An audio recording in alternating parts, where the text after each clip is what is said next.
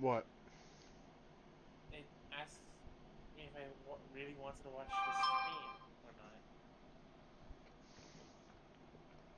Like, it says your content was intended for mature audiences. Which it is. Never got that before, though. That's weird. This is the first time I've actually seen it.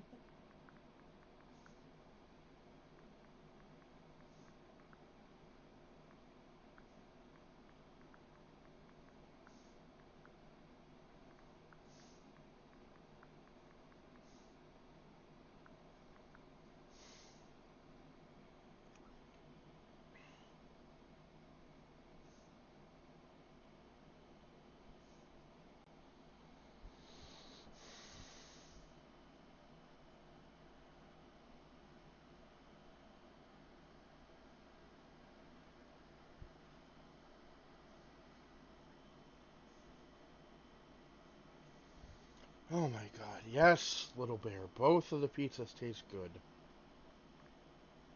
What?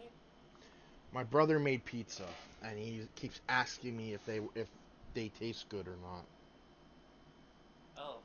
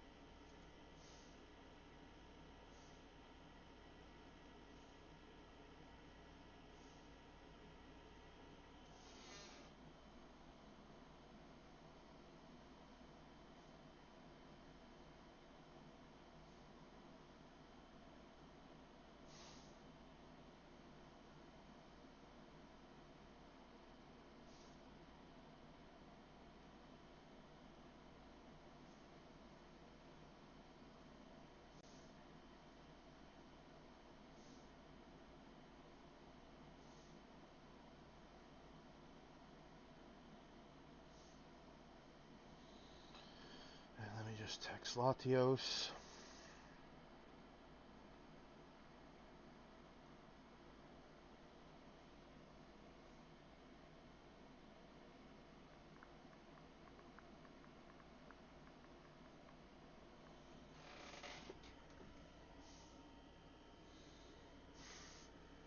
And then let me bring up Twitch on my phone since I don't have my other monitor in here yet. I really need to get in on that. Or get on that. Not in on it. What the fuck, brain?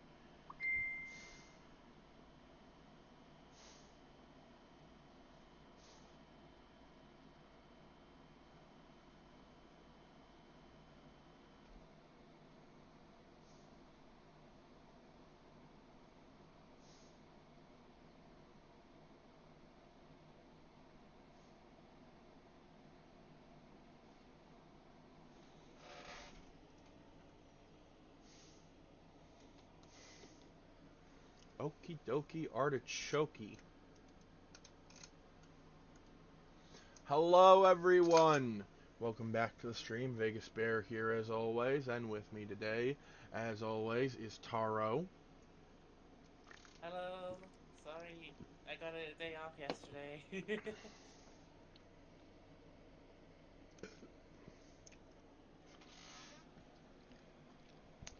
And Latios will probably be joining us shortly. But as you've probably guessed by the title, we're not playing Chilla's Art today. And we're not playing Super Robot Wars today. So you're probably wondering, what the hell are we playing? Well, if you actually looked at the fucking title, you would know. Learn to read. Just kidding. You pretty much know how to read anyway. Yeah. I mean, if you have an account on this site, it's like you would have to be able to read. Unless someone made it for you, of Unless, course. yes. But there's also some people who just don't bother reading. I remember when I was working at a grocery store, before the place opened up, we had a big old yellow sign right next to the door that said, "We're not open yet." And people kept coming in thinking we were open. I would just have the door locked until you're actually open. Couldn't do that. We had like construction people and um,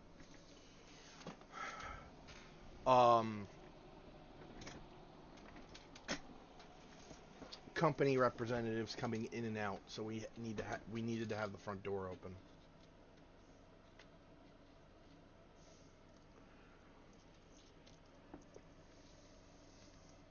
Uh, So,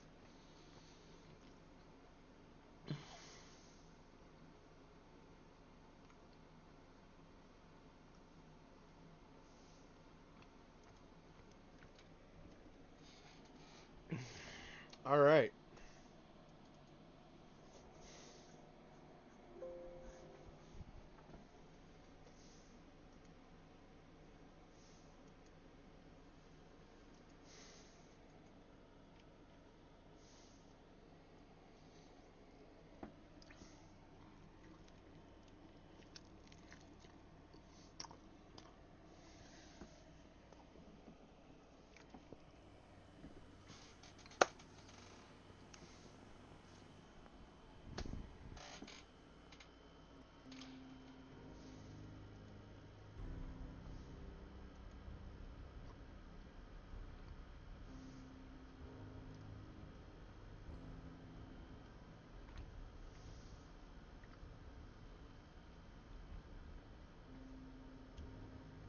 That's weird. Okay, hold on.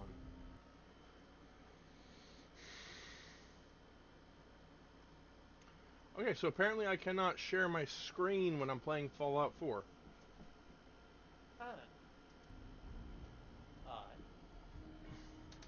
Very odd.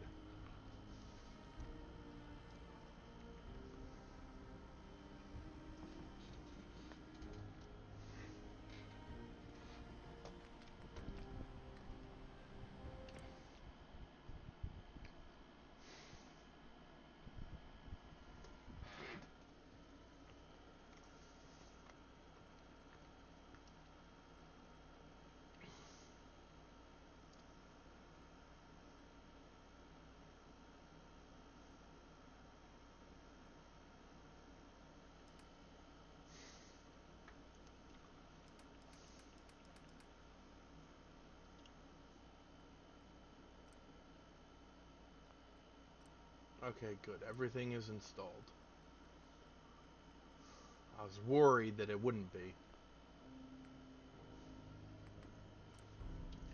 And now for mods. What mods you got? Alright, so,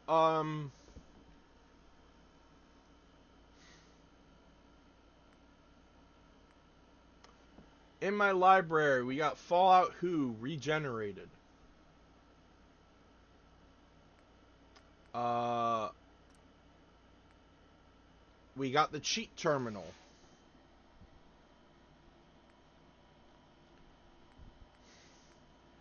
Uh, Nimrout retextured detective outfit.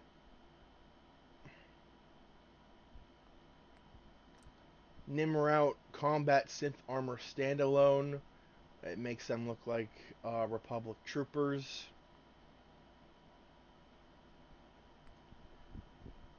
Kataros' Treasure 5.0. Basically, it adds a whole bunch of stuff that you can find and collect.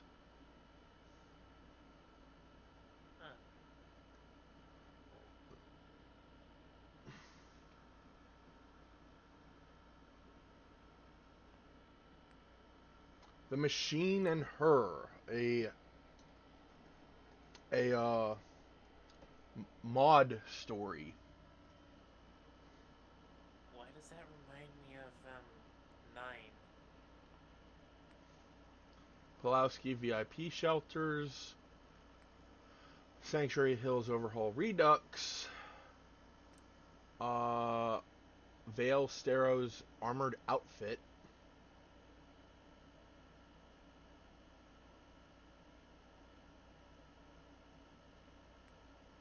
Oh right. Bear, did you see what I posted in hacking gaming game suggest? Yes! Yes, I did. I'm excited. It looks interesting. I believe I saw the fact that you can play as 9 different versions, but I'm gonna hold a bit of salt for that one, a grain of salt, Mm. because it didn't specifically say it in the actual video. There's the Latias. Hello?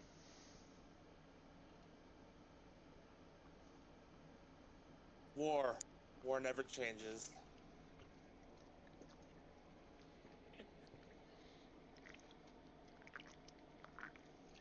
Unless you're Solid Snake, in which case war always changes.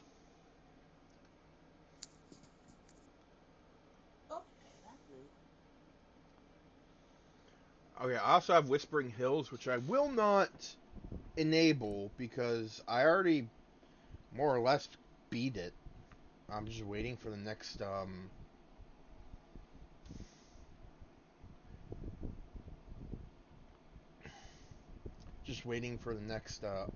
chapter of that. I recently downloaded this mod for Flash costumes. Oh, CW Flash. Which one Ye- did you got? Uh, so there are a number of different costumes. I'll have to see how many they have once I actually start the game. There is the father companion alternate ending option. Since we're probably not gonna get, we're probably not even gonna make it there in this video, so I'm just gonna leave that uninstalled or disabled. The Corsair Ghost Spectre X92 mashup. I have still not found this fucking armor.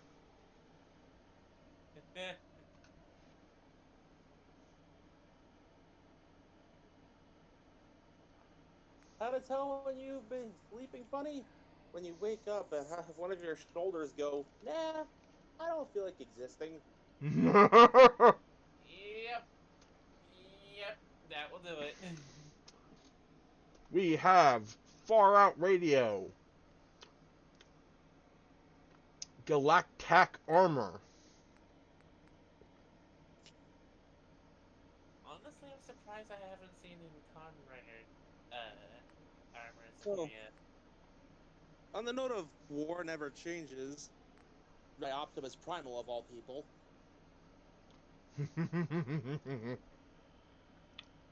shall I share a little bit of what I have of my own Fallout story with you? Yes, in a minute while I go over my mods. Please do. Alright, so since you weren't here for the beginning, I've got Fallout Who Regenerated. I have Nimrout's retextured detective outfit, Nimrout's combat synth armor standalone, which basically makes them look like Republic Commandos. Um, Also, I was not able to find a way to share my screen so that you guys could watch through Discord. So, I'm sorry. Uh, Keitaro's Treasure 5.0, which adds a whole bunch of new collectibles. 140 brand new perk magazines, 300 collectible trading cards, 60 collectible board games, and 50 postcards spread all over the Commonwealth, Far Harbor, and Nuka World.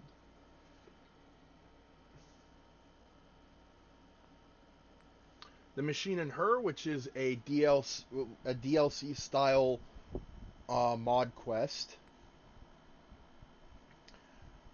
Pulowski VIP Shelters, Sanctuary Hills Overhaul, Vale Steros' Armored Outfit, Whispering Hills, which is basically Silent Hill but in Fallout. I don't have that enabled because I already beat it. The Flash. Huh? I managed to catch on from like the Flash costumes onward. So Oh. it's funny you mention Sanctuary Hills. There's a mod I found called "Do Your Damn Job, Codsworth," which basically it still looks like 200 years have passed and things have been ruined, but at the very least, everything is more or less where it was when you left it.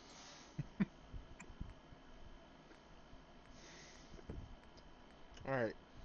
Skipping forward a bit, we got Anime Radio, Vault 83, The Librarian,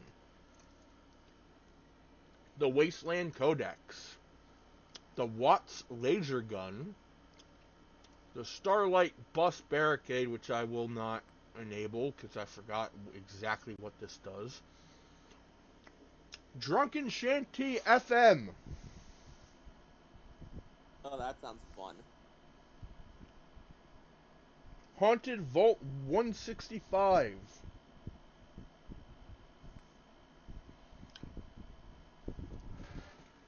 Skibada Weapon Pack Redux, Eli's Armor Compendium, 0080 War in the Pocket Gundam Power Armor. I have that mod. I have that mod. I run around as the Gundam Alex so much now. Or if I'm feeling particularly weird, I go out as a gym. The 9x39 project, the original Sanctuary Hills overhaul, the 0079 8th MS Team Gundam Power Armor, Gundam and Full Metal Panic Power Armor, the Widow Shotgun, Sanctuary Hot Springs Home and Settlement. What is this? Oh, more unique weapons. The TES-51 Power Armor, Skyrim inspired.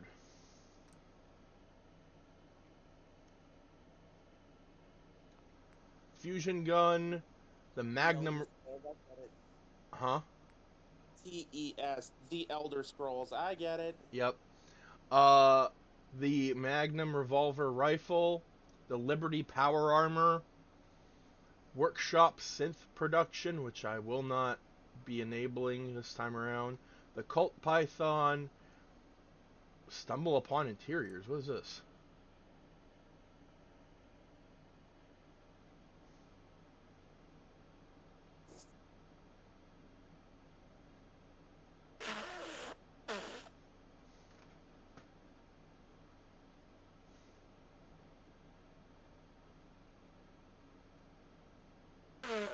Okay.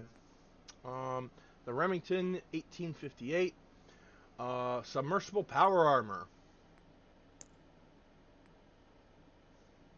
Basically, Big Daddy. Faction Housing Overhaul All-in-One, Armorsmith Extended version 3.02 full version, The Unstoppables Issue 1, Fusion Core Refueler, Armor and Weapon Keywords Community, The Dauntless, Vault of Horror Radio, Cross Plasrail, Bethnet, Plasma Railgun, Armor of the Storyteller, Loving Kate, Loving Piper, Cheat Terminal, Cross Jetpack, which is not enabled, Cross Cybernetics, which is also not enabled, Loving Curry, Ponytail hairstyles by Azar version 2.5a. Standalone construction power armor.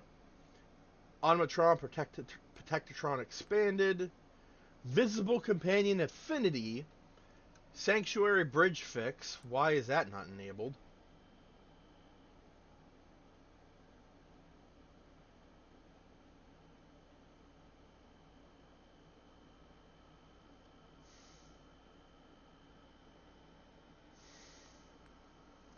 The alien assault rifle, atomic radio, and that's actually it.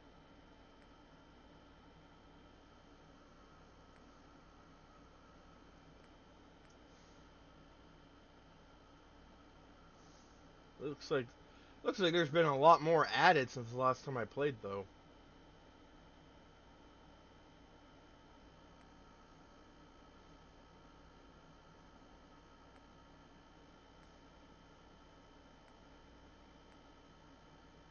So,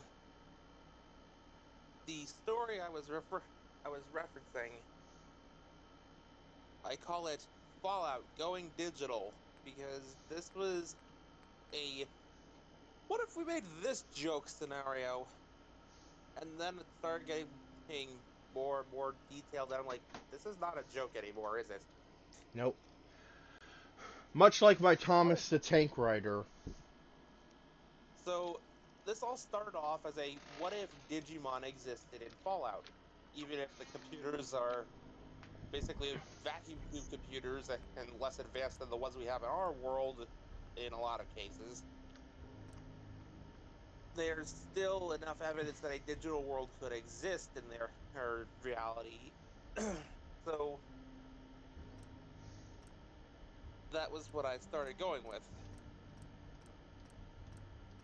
And of course, because I started with the inevitably he narrated by Rod Perlman prologue, I started with war. War never changes.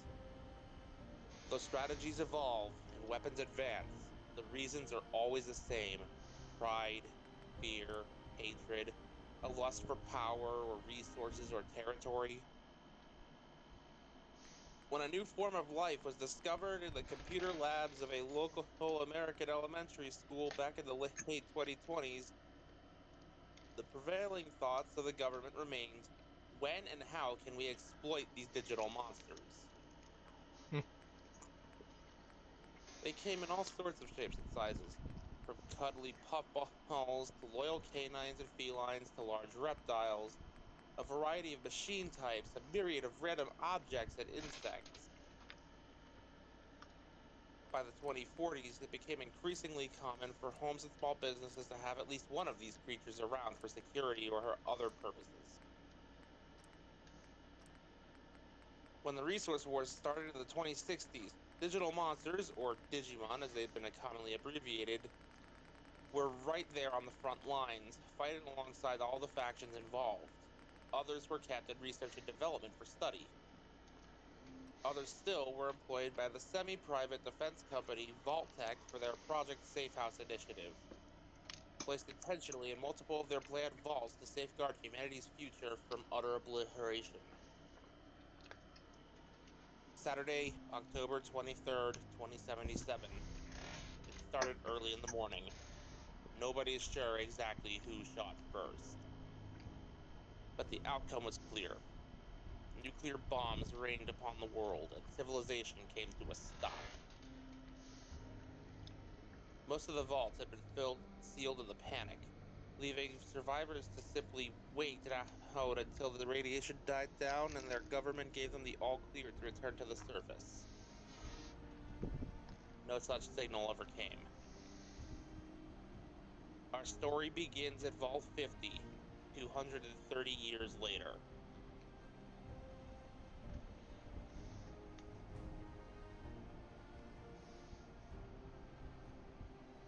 And that's all I got.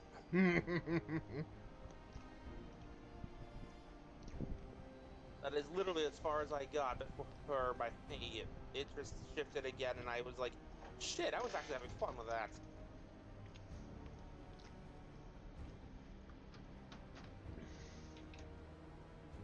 Alright, let me know how the audio sounds.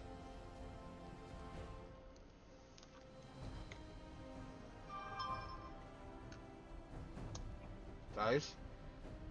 I just got back to the Switch, so I've gotta get the volume.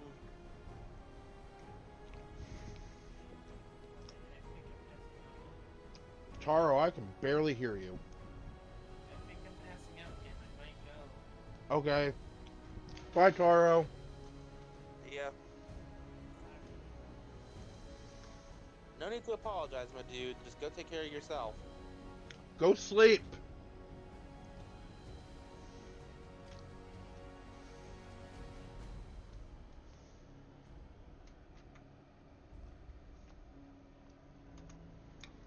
Okay, the game's not loading, so I'm gonna have to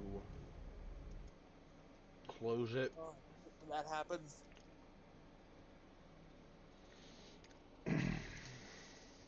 Bethesda, everybody. It just works.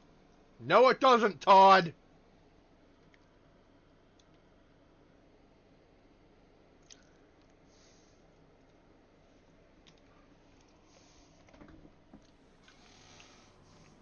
So, since I narrated my entire prologue on stream, what did you think?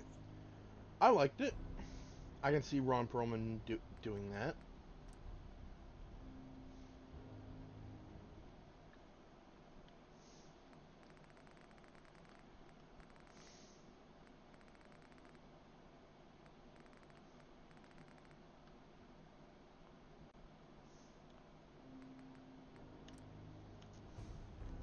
Alright.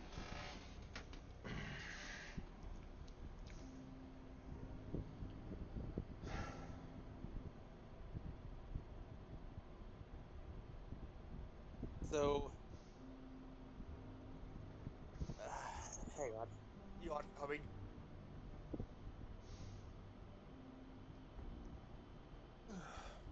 I've been doing that like every 30 seconds to a minute since I woke up.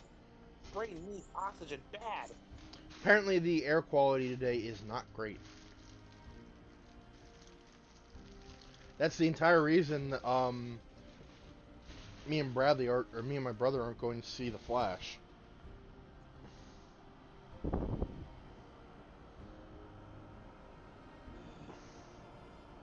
Hopefully you'll get to see it when the air clears up. Hopefully. And hopefully this game will get off the fucking loading screen.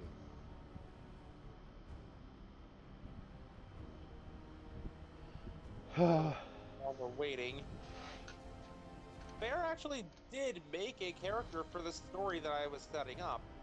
Yes, I did. Sorry. Care to share a little bit of this guy today with us? Callan Carter, I believe was the name I chose for him. An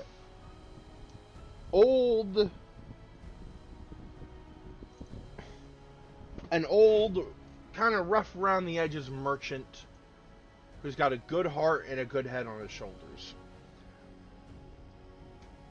The way I see him is basically he was the protagonist of his own Fallout game at one point in time. But he is now like by the time he shows up in the store, by the time Latios' story happens, he has long since retired from adventuring, at least in the way he used to. And travels around the wasteland in a giant ass truck. If any of you who play Fallout with mods know about the New Vegas truck mod, the one with the giant ass truck, then you know what I'm talking about. He goes around the wasteland with this thing as a merchant, selling his wares, gaining wares, and also like helping people out wherever they are. And Count. if I recall, he's acquired a motley crew of individuals who had nowhere else to turn and were looking for her essentially a new life. Yep. Former raiders, ghouls, super mutant, all sorts of folk. In fact, the people And around, no Digimon at that. yes, and Digimon, and in fact, like his crew, have come to calling him Pops because he is because Especially his Paramon. especially his Bearmon, because while he doesn't like to show it, he very much acts like a father to many members of his crew.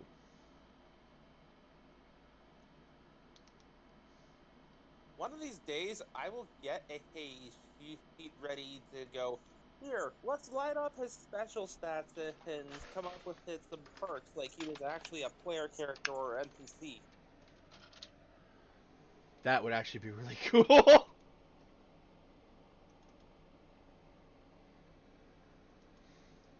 Alright, I may have to take some mods off so that the game can fucking load.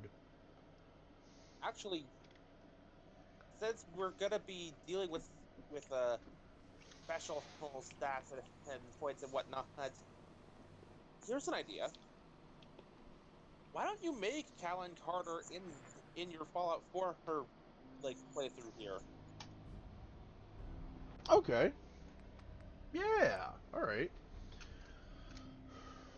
And while he's taking care of this, allow me to shed a little bit more light on this world we've got built here.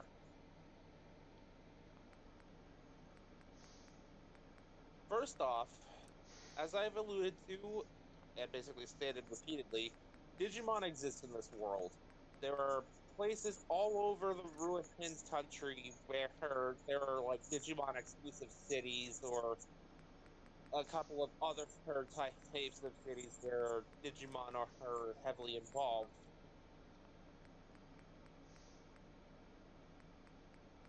I can't really speak too much for the endings of Fallout 1 and 2, as I have not played them.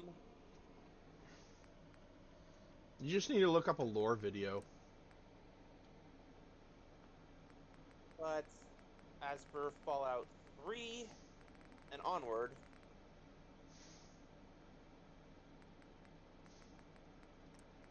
we have the good karma ending for Fallout 3. Bless you. Thank you.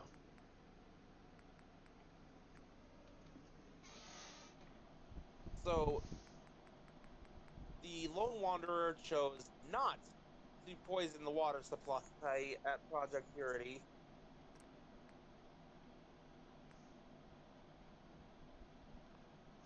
They did kill Colonel Autumn. Rather brutally.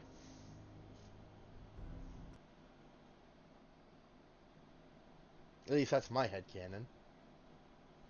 I like to imagine it involved a reverse pickpocketed like grenade. The old Shady Sands shuffle.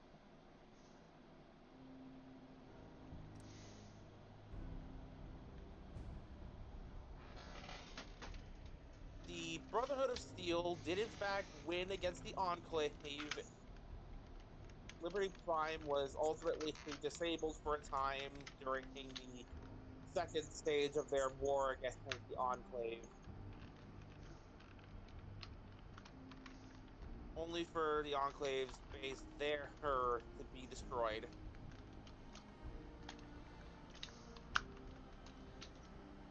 In regards to President Eden, I like to imagine the Lone Wanderer managed to talk them into blowing themselves up because, like, I love that whole freaking dialogue tree. The idea that Yeah. the Lone Wanderer tricked the computer into shutting itself down.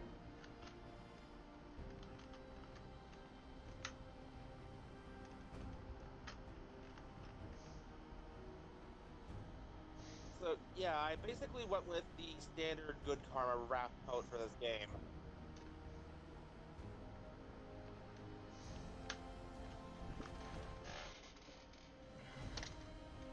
Fallout New Vegas.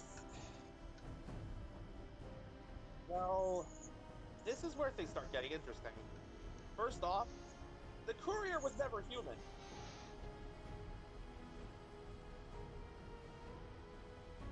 The courier was a... Okay, we might actually have to show a visual aid here. There's a new Black Gothmon variant introduced in Digimon Ghost games that is basically like a Black Gothmon as a courier or mail person.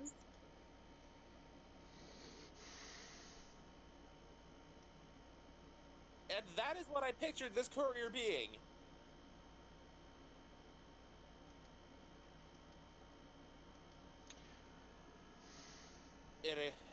Durable enough to survive getting shot in the head and coming back only to get pissed off. Chaotic enough to do half the shit that the courier does in New Vegas.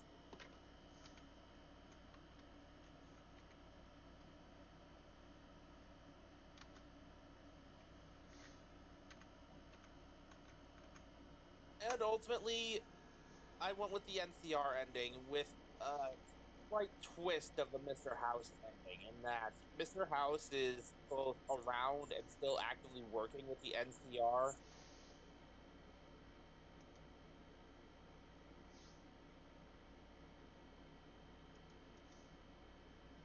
Give me a second here. While I don't necessarily choose to side with Mr. House, like, straight out, he does make some good points, I feel. And I feel like the ideal ending is to take elements of both his plan and the NCR ending and just mix them together. So if that's the case, then Fallout 1 and 2 had the good karma route.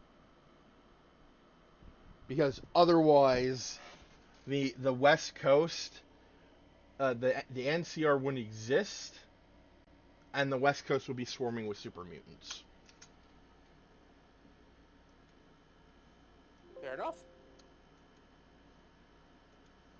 Alright, so this is the Gatomon, I believe, that Latios is referring to.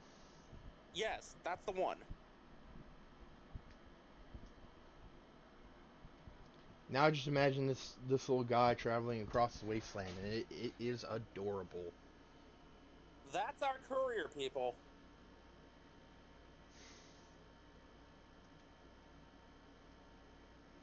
At least for my timeline.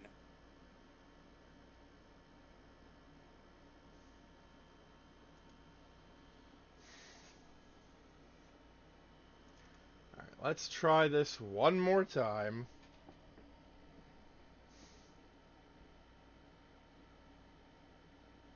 As for what happens to the factions here, I can get into a little bit more detail.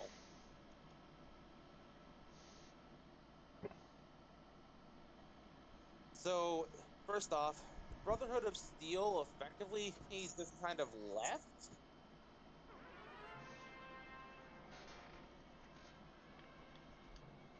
As the NCR started expanding more and more, the last remnants of the Brotherhood in that bunker just kind of started falling apart.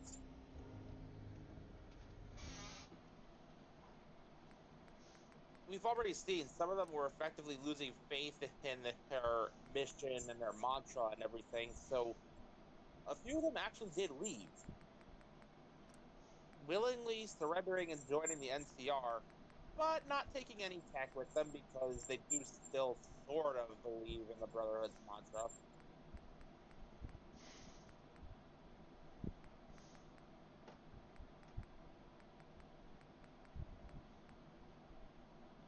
The rest chose to move east.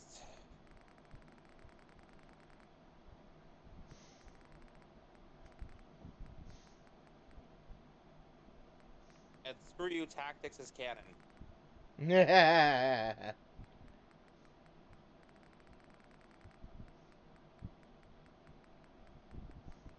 At least partially canon, as we've seen with evidence in the later games.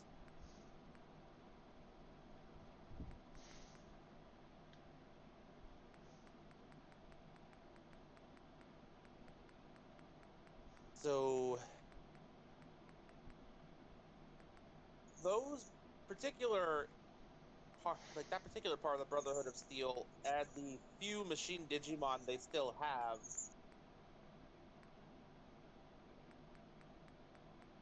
they eventually managed to connect with other Brotherhood forces on the way to the East Coast.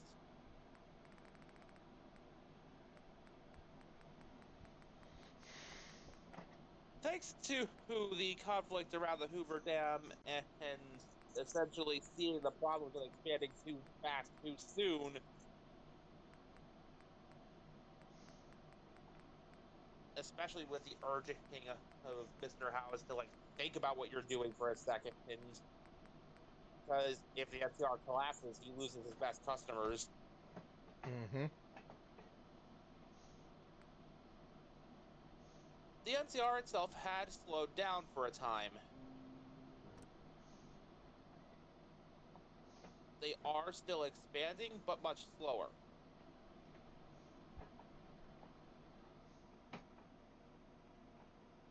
The Legion, on the other hand, basically no longer exists. It sort of wiped themselves out, kind of. Be it by the pause of the Wanderer, be it by the pause of the Courier, or by the cancer he already had. Caesar's dead.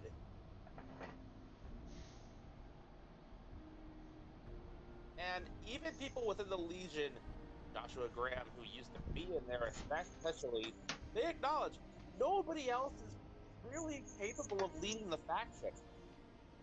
And a lot of them, it was a case of believing in Caesar and not the believing in Caesar and not what Caesar believed.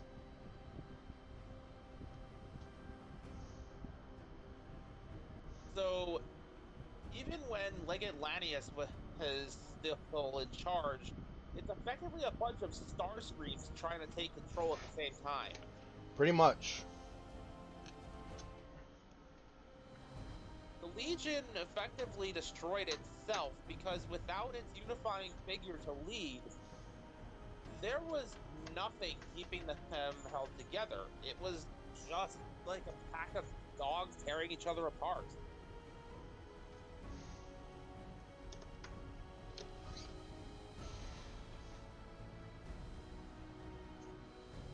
So, while there may still be a few people around who remember being in the Legion itself no longer is an entity.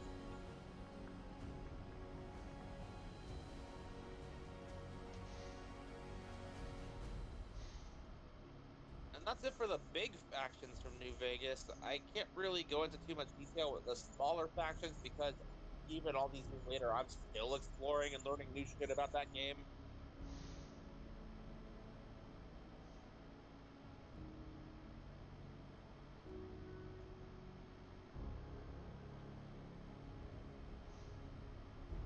So let's just move on to Fallout 4 here.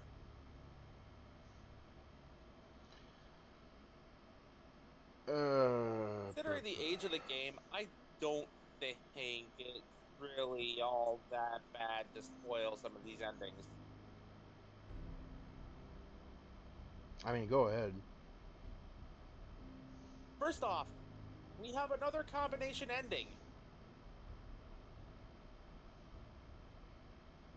And this one really takes the rewrites and retcons into overdrive here.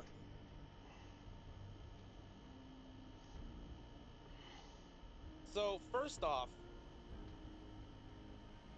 the sole survivor ends up joining the Minutemen and effectively starts building them up the way they should be. Makes an effective chain of command, has people training through use of his own training in the U.S. military.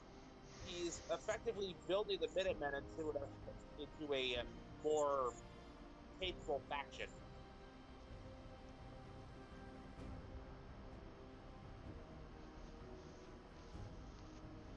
But they're not the only faction he joined.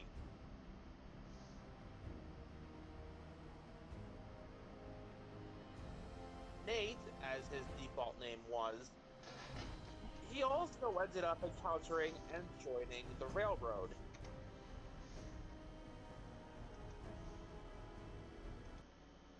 Once he managed to get far enough into both of their respective quest lines, he effectively united them into a singular faction with one goal.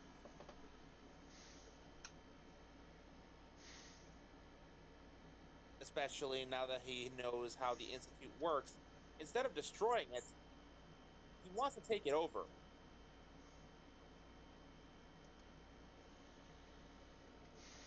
Change the Institute itself from the inside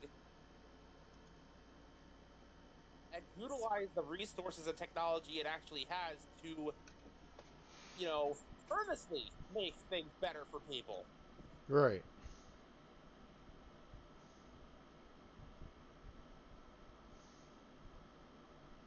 So instead of blowing up the Institute, they actually swarm in and utilize what they managed to get off of Father as far as codes and whatnot to take over the place.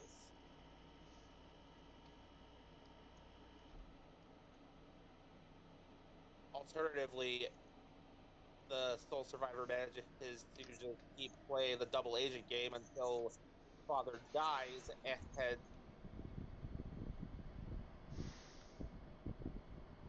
and basically just says, okay, we're changing everything of how we're doing.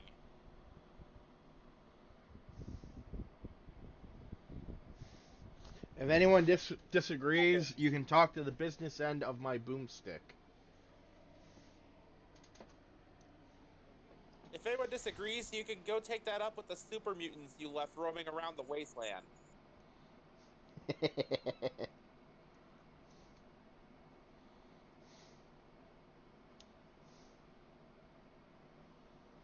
Regardless of how it happened, in the end, the Institute is now under new leadership and working to the genuine benefit of the Commonwealth this time. With their reputation they have, it'll take a long time to fix.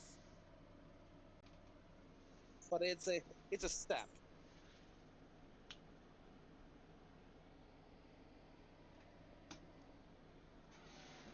And now for the fourth of the major factions here. I've put them off long enough.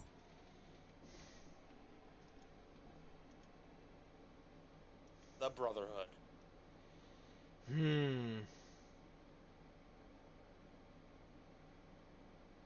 So first off, ever since Lyons and his daughter died and Maxon took over, these guys have changed and not for the better.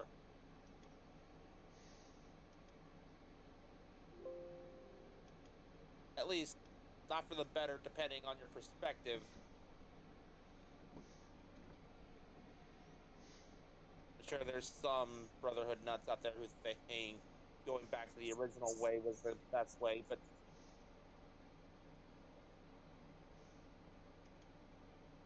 the way they're led now, they're even more fanatical in their beliefs of secure technology, their belief that humanity has to be saved from itself, as well as from all the abominations on the Earth that are now roaming around, including but not limited to the whole digital life forms thing.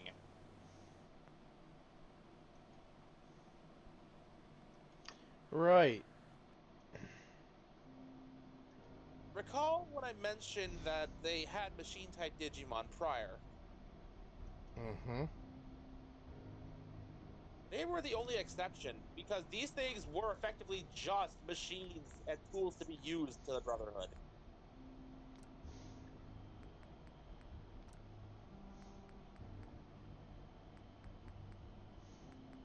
Any other Digimon must be exterminated on sight.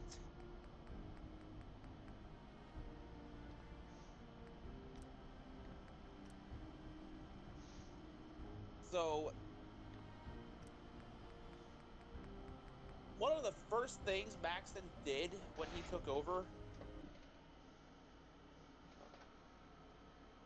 involved the Gardromon that had been protecting and raising him since he was a child in this group. Oh. that Gold Guardramon had been one of the most loyal individuals you'd ever meet.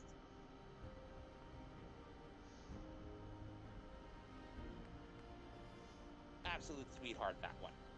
Mm-hmm. And Matson keeps him around to this day, just not in the form you'd expect.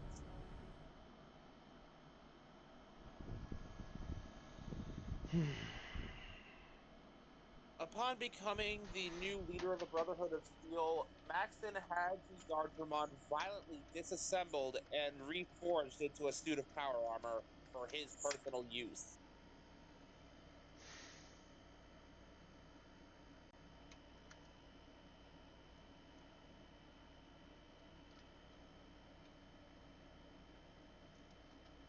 There were many other machine-type Digimon that have been disassembled and turned into weapons or armor in a similar fashion.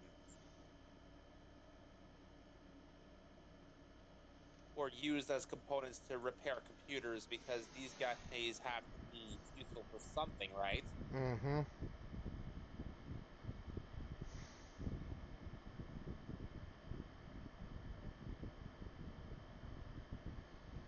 Also, one other thing.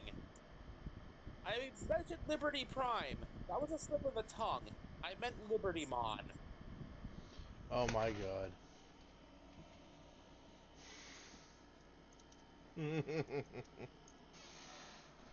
One of the most horrific experiments in Digimon code from the pre-war world.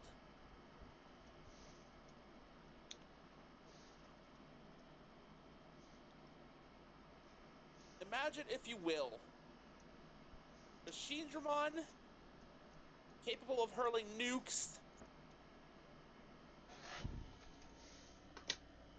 much bigger, like firing lasers from its eyes, if you even assume Machinedramon has eyes. Mm.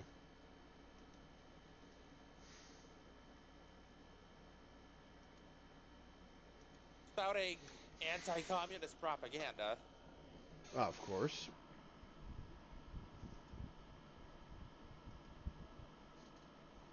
And barely controlled.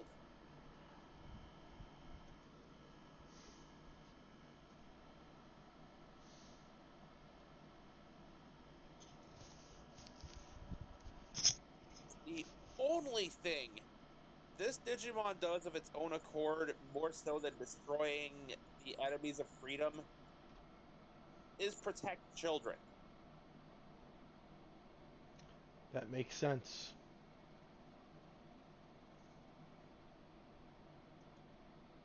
Unfortunately, in this wasteland, it can't find very many of those. That also makes sense.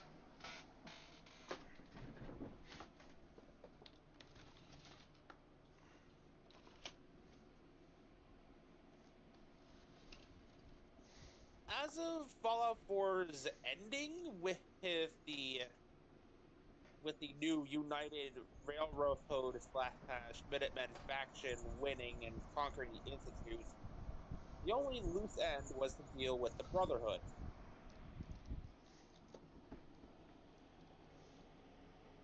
Imagine, if you will, going through one hellishly difficult speech check after speech check after speech check, to convince this giant killer Digimon that it would be better off protecting the children of the Commonwealth with the Minutemen. It'd be harder than the speech check against Legate Lanius.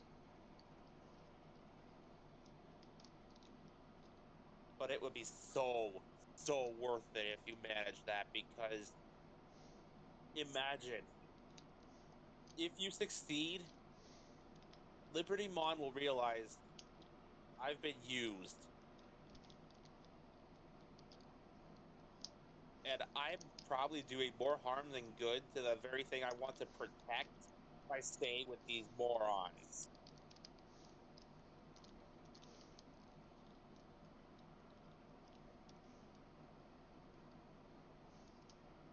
One way or the other, the Pridwin falls.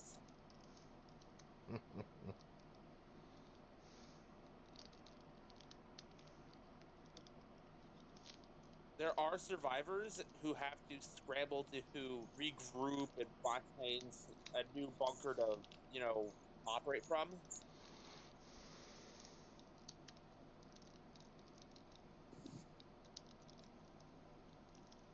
The Brotherhood are significantly reduced as of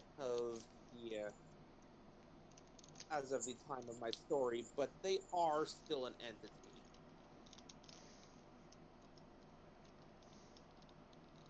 And a very desperate one at that.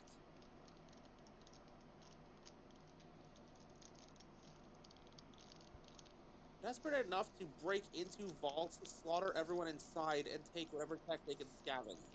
Jesus. They are acting like the Enclave now. Of course, if you said that to their face, they'd shoot you. Even if you fought it without saying it to their face, they'd probably shoot you.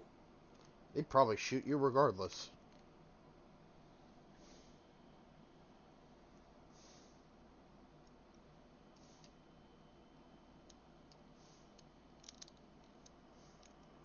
Now, we get to the story I am attempting to tell. In this vault, there are a few things worth noting.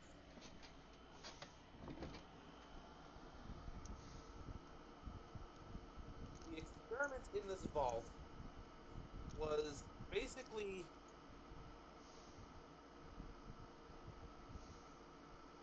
when raised in an environment of cooperation with these Digimon.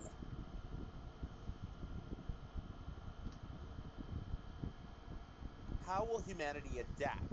Will we end up enslaving them and making ourselves less capable? Or will we actually get stronger together?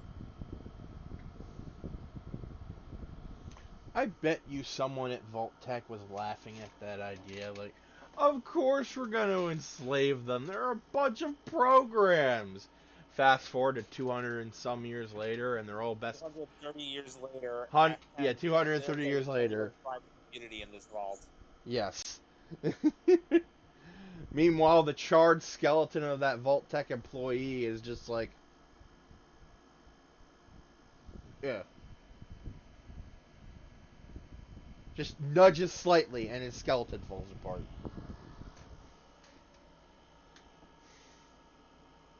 Now, there are other Digimon-based vaults out there.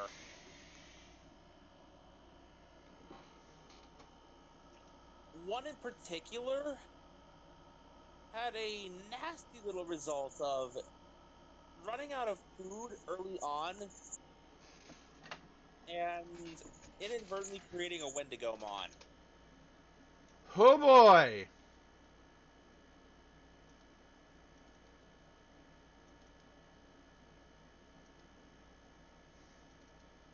Digimon themselves, by their nature of how they digivolve, don't get affected by radiation the same way we do, so you'll find a bunch of glowing variants of existing Digimon everywhere that are just like, I woke up one day like this. Yeah. So, imagine a glowing Wendigomon. Oh god. Worse yet, imagine a glowing Skull Greymon. Yo!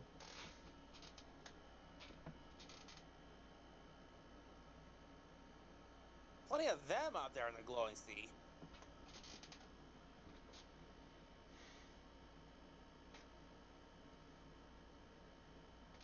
But I digress. There is another thing in this vault that the records of which inevitably drew the Brotherhood to try to take it from this vault.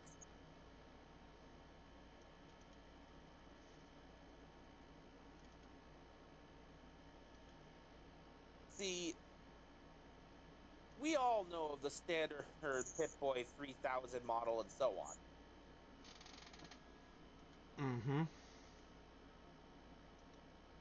There are videos all over YouTube that can tell you about the different Pip-Boy models seen all over Fallout.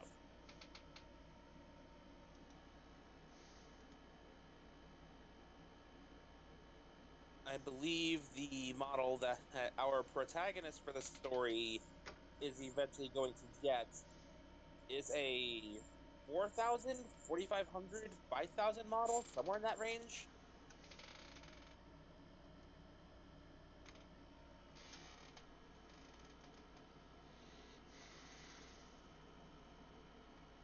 Either way, it's special. Because this is a model typically saved for actual Vault-Tec staff of very high positions.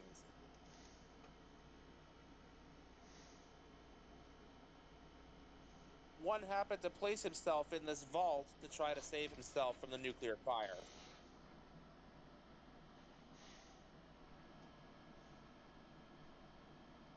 $230 later, he's long gone, and as you know, recycling of Pip-Boys goes, it eventually finds its way to another person, then another.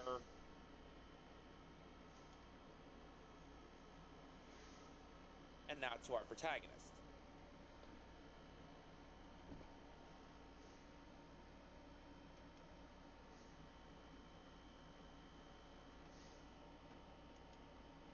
Because it's a special model made for the higher-ranking Vault-Tec members, this thing can open a lot more than what the Fallout 4 model could.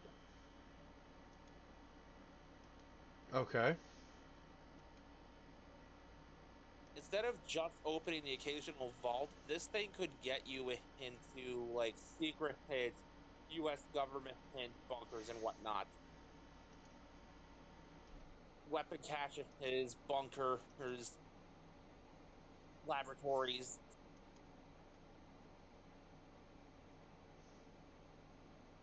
Stuff like that. Stuff that would have been above top secret.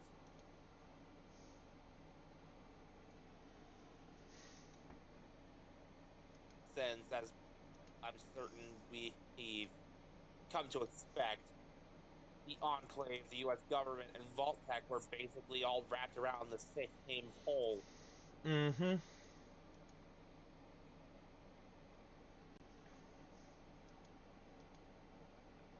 The Brotherhood of Steel wants that Pip-Boy.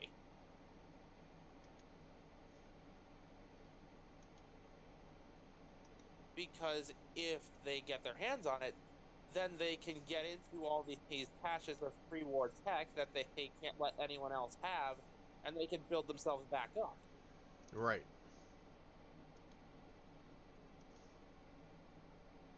Which is why they've been going from vault to vault to vault, trying to find one.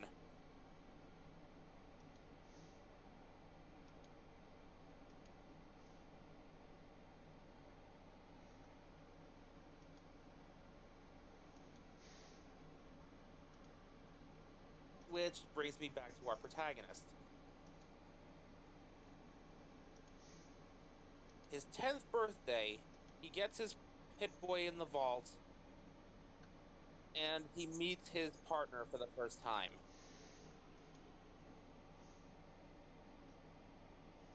Because a tiny little Digi-Egg was hidden inside of the Pip-Boy itself, something nobody noticed until it was finally reactivated on his arm.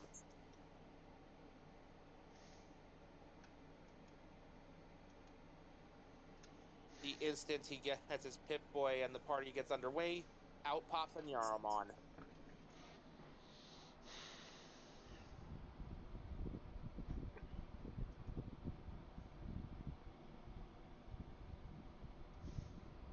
Fast forward a few years, and we see this guy now in his like mid-teens, a Renamon following him around.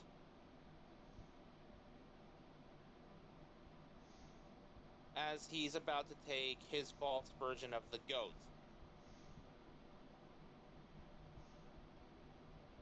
The General Occupational Aptitude Test, I believe, was the acronym. I think so.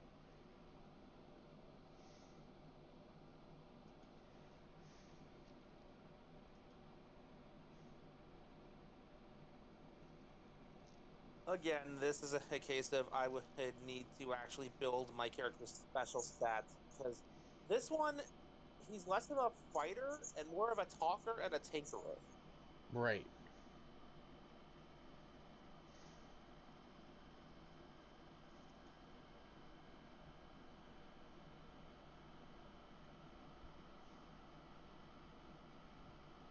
So once he has his perks all set up, yes, I'm taking many cues from the opening of Fallout 3 for this. It was my first Fallout game, so I'm kind of Fair paying enough. tribute. It was my first Fallout game too.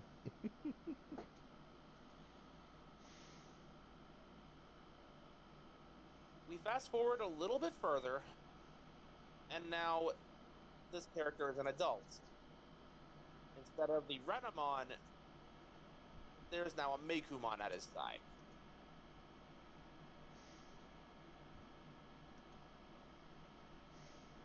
As the Digimon has digivolved again over time.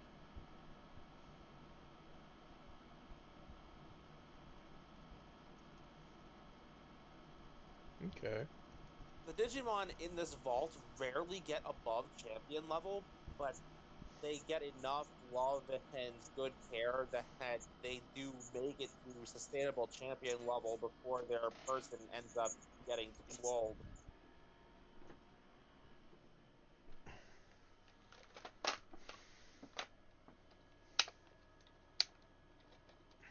But that ends up inevitably being the night everything changes.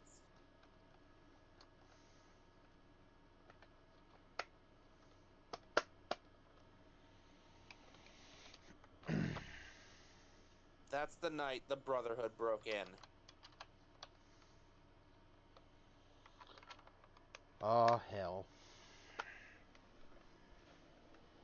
Oh, shit. Here we go again.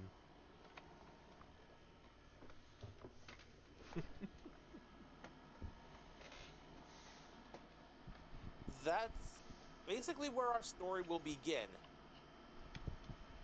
Showing off the stages of that character's life as he obtains his Pip-Boy and his partner, grows up, and we get a taste of life in the vault before it all goes to shit. Yep. Classic town disaster. One of my favorite tropes in video games.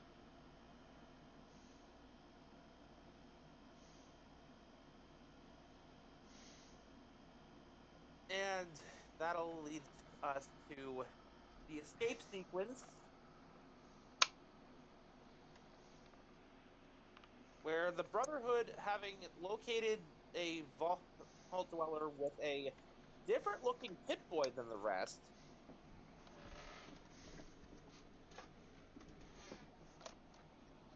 they give chase, but ultimately have to break off when the dweller manages to slip out of the vault and ends up falling into what appears to be a den of ferals. Feral ghouls, feral Digimon, whatever.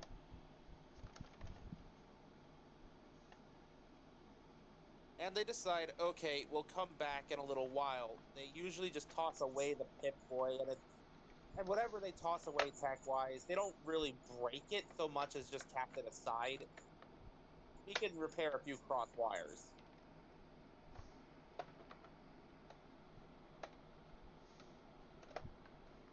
So they leave to let the zombies eat their dinner for the night.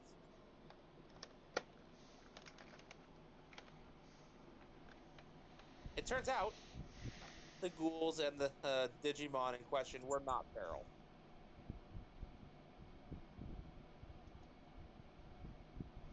They played feral to scare people off, but they're not feral. They have their mental faculties. It's just a trick to make people leave them alone. They saw these two being chased by the Brotherhood. They've heard stories from all over of the Brotherhood being this pain in the neck, killing everybody they could get to in order to steal whatever tech they found. Let's It's also not. basically a running, it's a Let's running also not. joke now that they will, Sorry, go ahead. it's a running joke in their world now that the Brotherhood will shoot you just to take your pocket watch because they think it's too advanced for you. I was gonna say, like, keep in mind that the Brotherhood of Steel also never had very high opinions of ghouls, Not really. feral or not. Like I said, they destroyed Digimon on sight because they consider them abominations. A very similar stance they have on ghouls.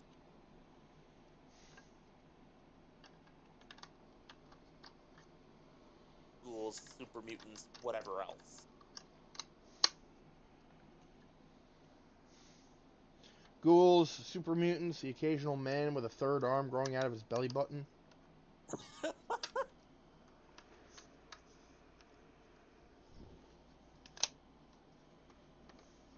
But yeah, much to our panicked protagonist's surprise, these ghouls were in fact trying to save him and his partner Mekumon from the Brotherhood by just kind of making them think they were tearing him apart.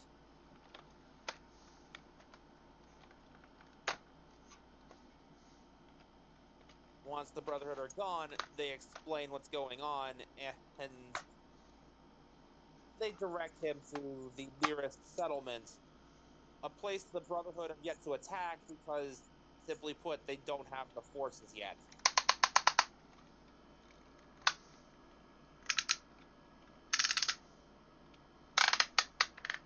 Gotta love Raptors that noisy. Ooh. Yeah.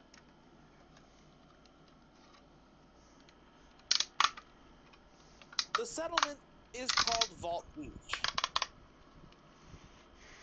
I believe when you first mentioned it, you said it was inspired by Rehoboth. It was inspired by a number of beachside cities I've been to over the years, all on this coast, basically. But there's a little Cape May, a little Rehoboth. A little bit of Beach City. Oh, wait. A little bit of Beach City from SU, yeah. Which is based off Rehoboth. Dude, when I found that out and found out that Steven Universe takes place like Beach City The was state, in when I like, found it out is that alternate history, but the state they live in is called Delmarva. yeah, it's an alternate version of Delaware and I'm just like, "Yo! Represent!" It is a very similar feeling to what I got learning Megas XLR took place in Jersey. Also when I found out that Metropolis is in Because Delaware. because at the time Megas was airing, I lived in New Jersey.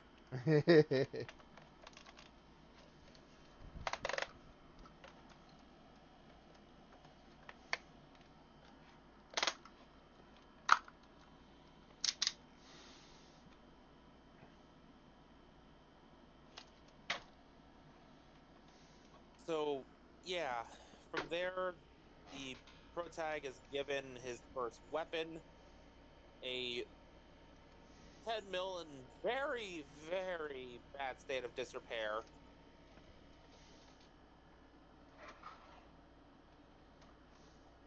But it's functional enough to get him to Vault City. I Well, imagine not Vault City, Vault Beach. Vault Beach. Vault City's a different thing. And also on the opposite coast. Yes.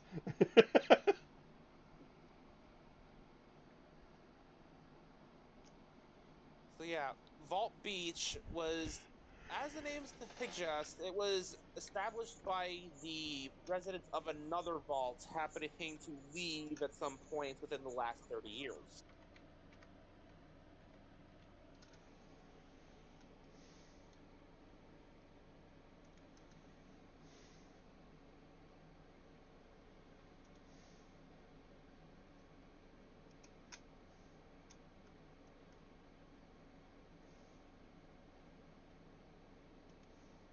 And it is in this place that the protag will eventually encounter her, Callan Carter, and the journey will truly begin.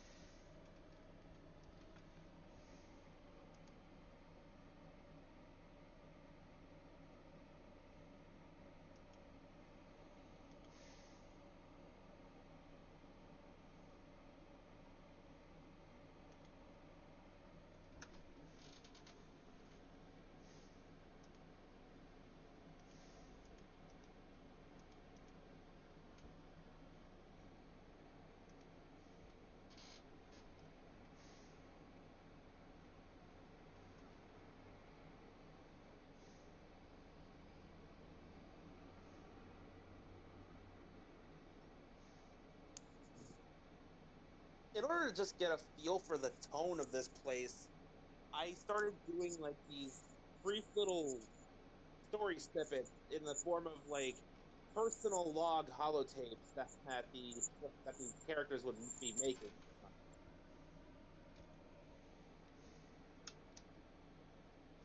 This is how we got a feel for the personalities of the Mekuma and the final Vault Dweller and Callan himself, alongside his Bearmon. Yep. I honestly hadn't expected you to jump in with that bear, but I'm happy you did because one, it just made me happy to see you who having so much fun writing this. I honestly I had a blast with it. It was good.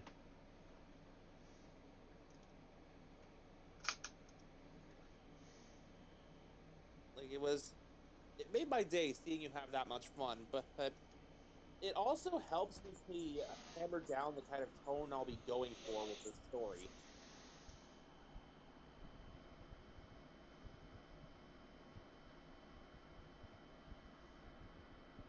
We have a motive. The the final dweller, as I'm calling him,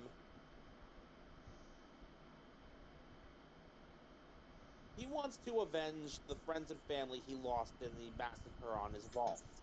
Right.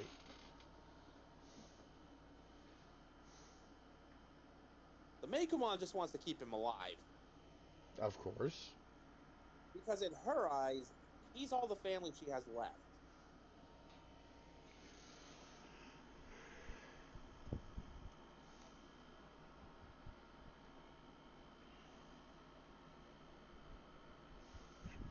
Callan, on the other hand, he's heard reports of what the Brotherhood's done recently. He's seen what they're capable of in his occasional travels across coasts with his truck.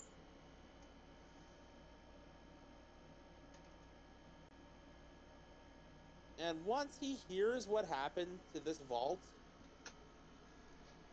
he was by no means a happy camper.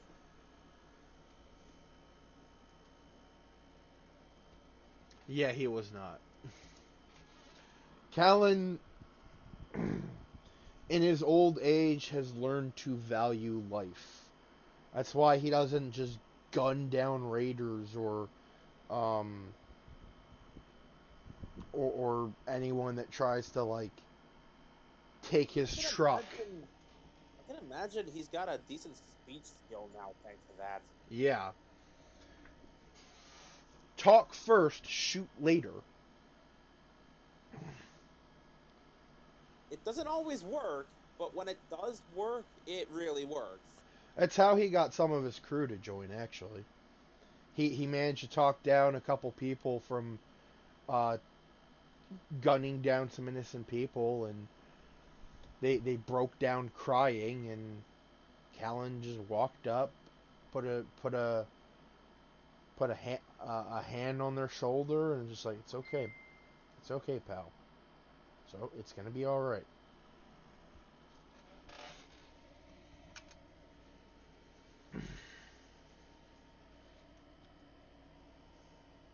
And then there's the super mutant slash nightkin. I forget which one we figured out it was gonna be.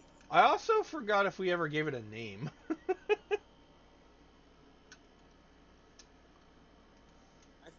did. I just don't remember what it was.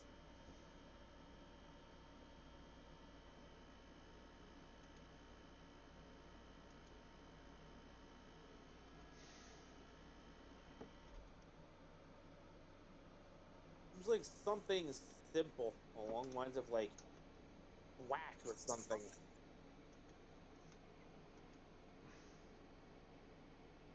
Bonk. Honestly, I could reuse bonk anywhere and it would fit.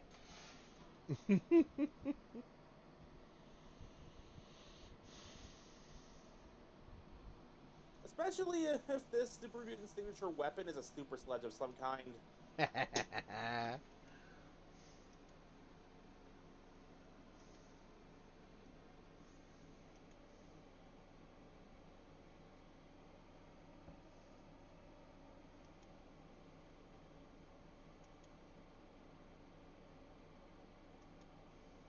So,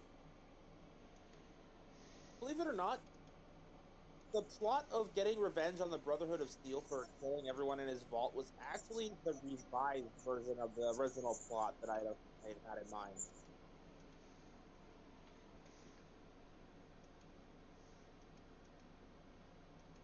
My original plot had the Enclave attempting to punch a hole between dimensions to reach the digital world in an attempt to colonize it, to essentially get back to a world that hasn't been destroyed by bombs and radiation.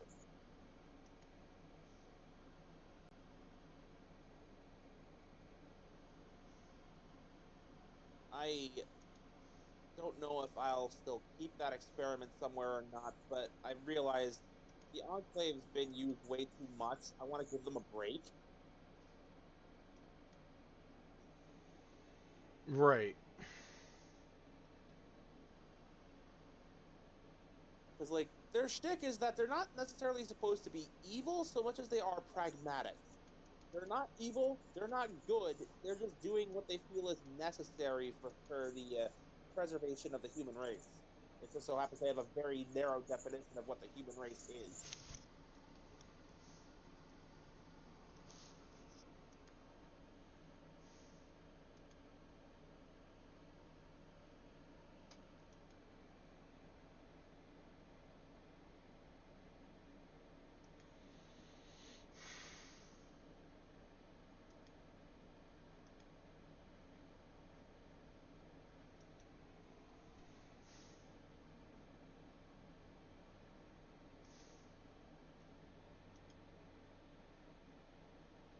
But yeah, that's more or less everything I've got so far.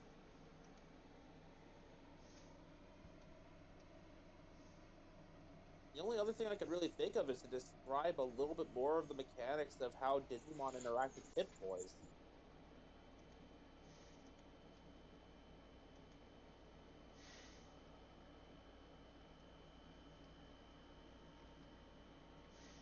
So, for those of you familiar with both Digimon and Fallout, you might have already come to the conclusion that I'm using the Pip-Boy as a makeshift Digivice.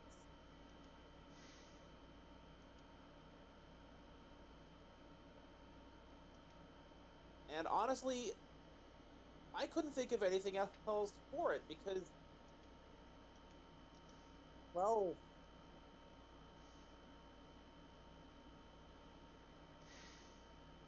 given the way it works, the way it functions in game, it's already keeping track of the player's vitals.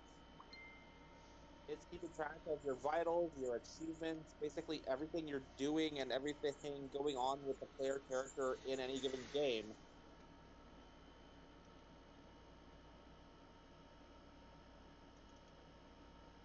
So, like, what else is the Digivice doing for a Digimon and partner than essentially feeding the partner, like feeding the humans, like information, their emotional state, their physical health, etc., to the Digimon to use as energy to Digivolve.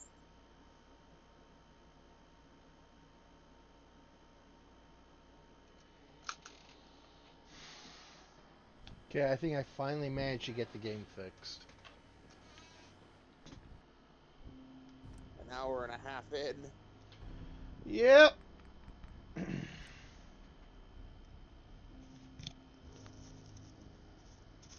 Had to use Vortex to get to work, but I mean, hey, it's working now. Hopefully. At least it'll work, hopefully.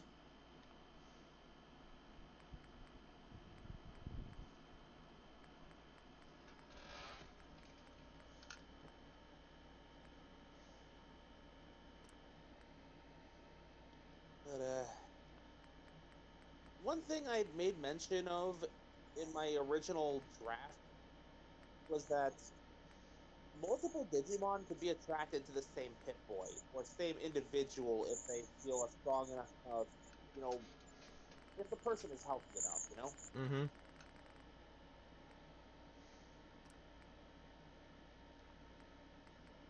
Say the person is sound in mind and body and had a Pip-Boy, you're basically sending out a big, like, homing beacon for any Digimon in the area has sane enough to realize this is a person I can hang around.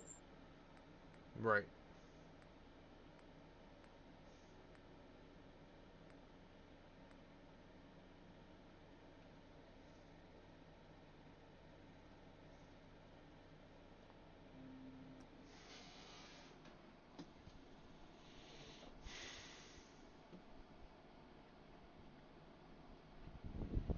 Which is why I say Alan, who may or may not have a Pip-Boy of his own, managed to attract Bearmon and some other Digimon on his truck.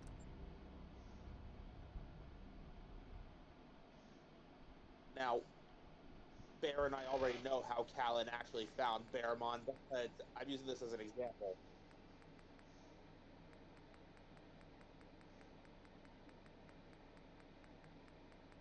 Here's how he actually found his little buddy.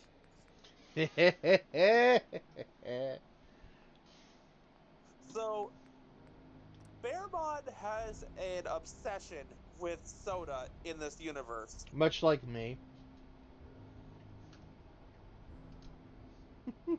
So, while scavenging for parts and other resources in a city area,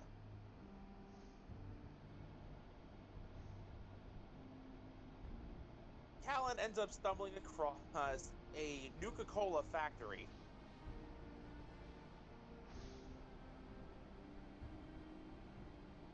And finds Bearmon partially stuck in a vending machine, just kind of arguing with it and giving him the darn soda already. Just one that's not flat. That's all he needs.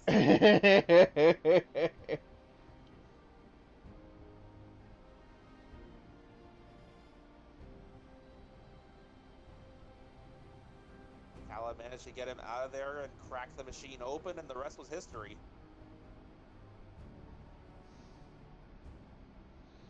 Bearmon followed Callan from that day forward.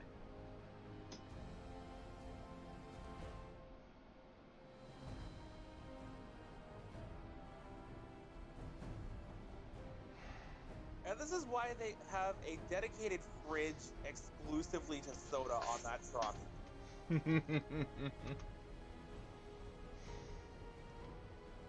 Getting the fridge on there was already difficult enough. Making sure it worked was another matter. Are we sure this is the one, Bobs? We've been through like 7 already.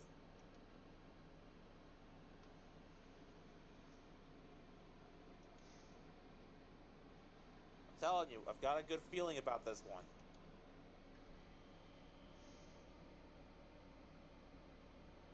That's what you said for the last 5.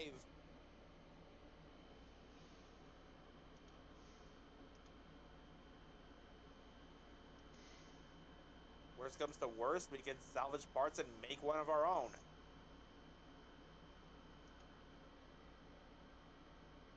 Why didn't we just do that first?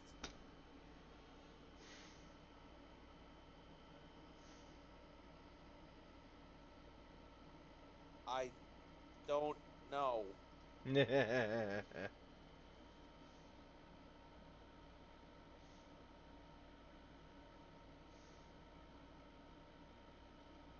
moving heavy stuff like this gets a lot easier when you have a super mutant on payroll, but still. Yeah.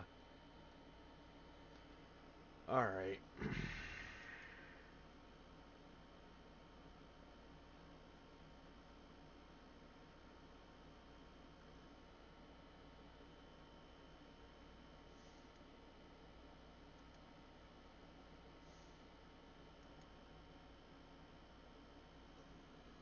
Saying I am missing a master list.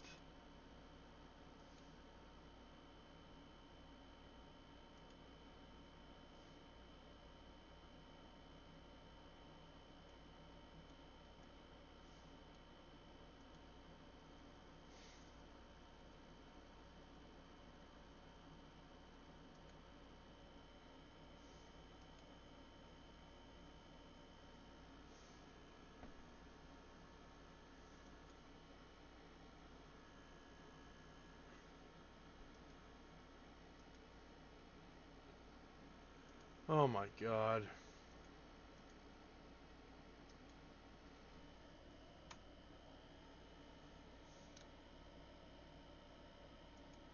Technical difficulties, folks, That's all we've been having. for like the last hour and a half.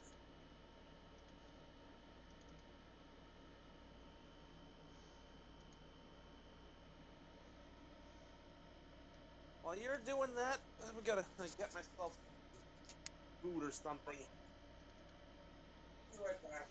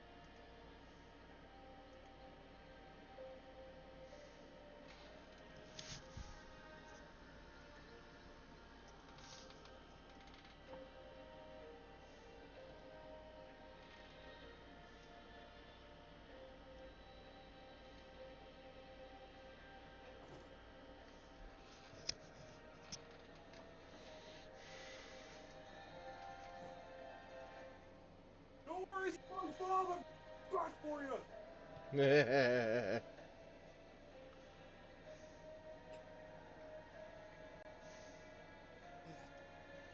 So I decided, fuck it. We're playing on my PlayStation.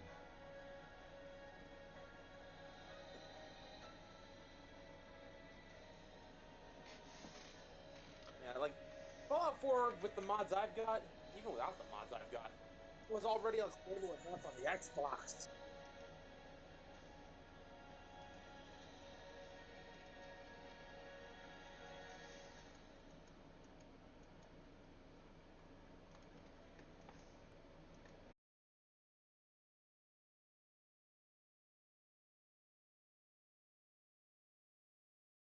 Fallout MLP crossover community? I did not. They call it Fallout Equestria. They basically tried to take what Fallout is and make it exist in the context of Equestria.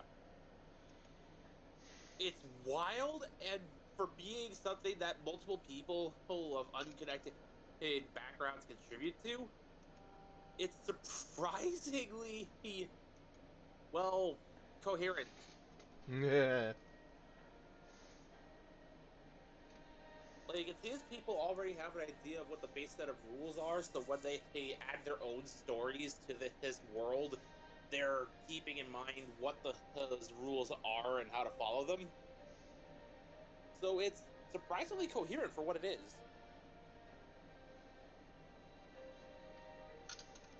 Terms seem to be basically all universal. The lore seems to be more or less intact from iteration to iteration. There's a fanfic devoted to this universe following a bunch of original characters. Neat to see. One of the mods I have is basically a radio station devoted to telling stories from this universe. Interesting. All while I have the Crimes Against Nature mod pack so I can play as pony people. Of If course. I've got the radio station, I'm going to play as one of them. It basically goes hand in hand with the radio station. If I got one, I'm taking the other. Fair enough. If I go for a Halo style playthrough, I leave both those off. For instance.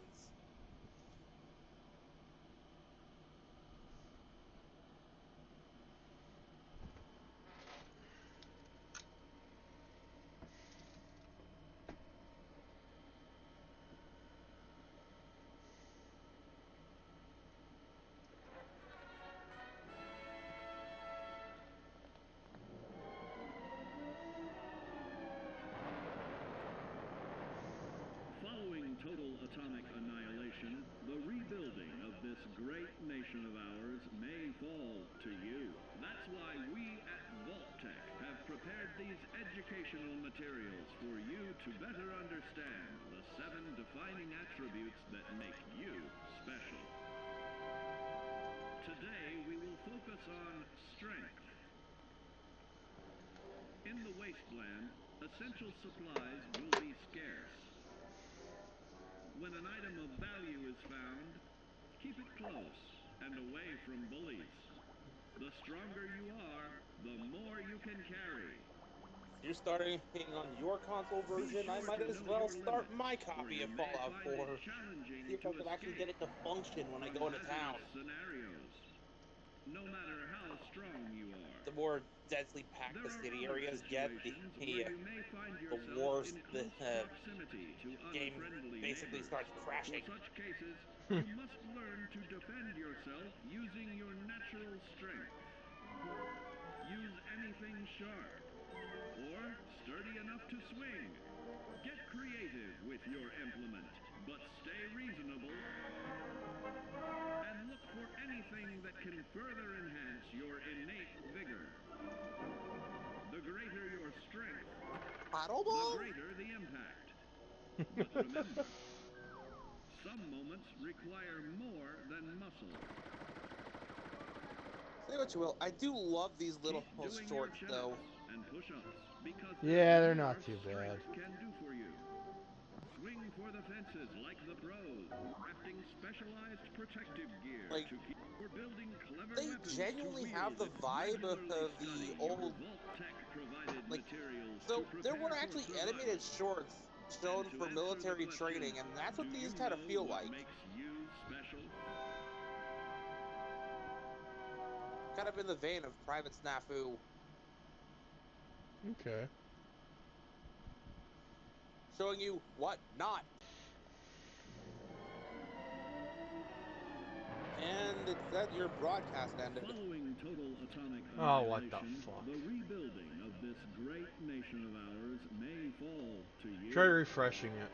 That's why we at Vault-Tec have prepared I did, and educational materials okay. for you to better 2 refreshes and now you're back. 7 defining attributes that make you special.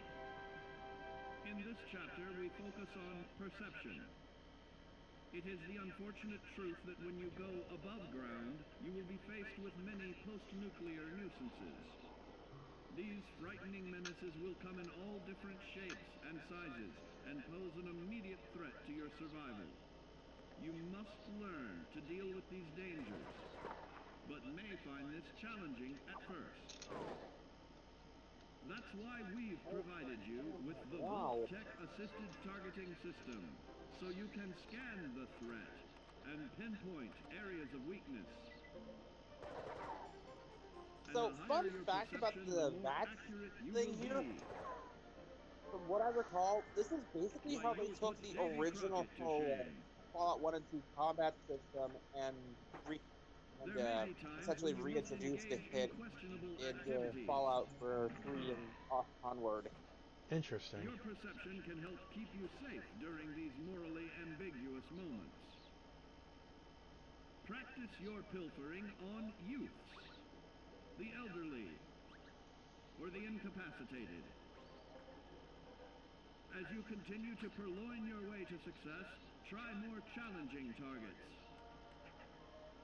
and more skillful techniques for greater return. The Shady Sands Shuffle. Don't get too cocky there, sport. I loved doing that. When I Always first look did to that in sharpen Fallout your 3, I five got an senses, achievement for called perception Psychotic doesn't Prankster. stop there.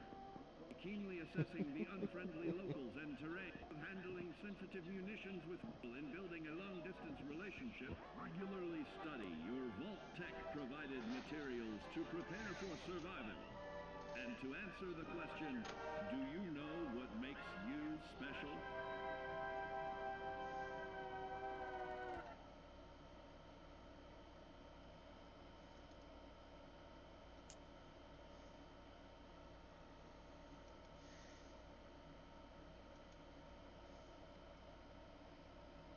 Red has started his Ben 10 AU.